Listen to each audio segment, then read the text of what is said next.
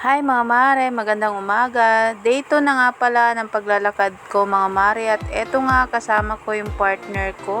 Dumaan nga lang kami saglit sa simbahan mga mare. Sinamahan nga pala niya ako dahil wala akong kasama mag-jogging.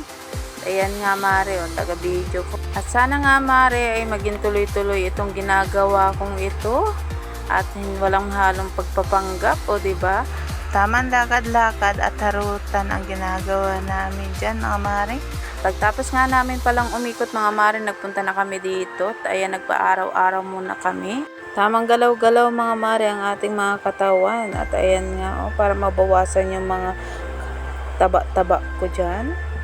Pagtapos namin mga mare magpa-araw at eto nga, umalis na kami para pumunta ng palengke.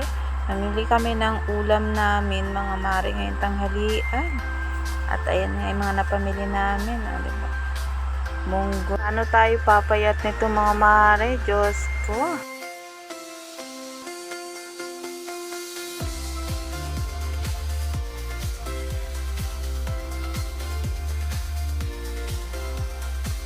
Eto nga, pauwi na kami mga mare at napakainit na. Ang bilis lang. Alas 7 pa lang yan mga mare, pero grabe na yung init.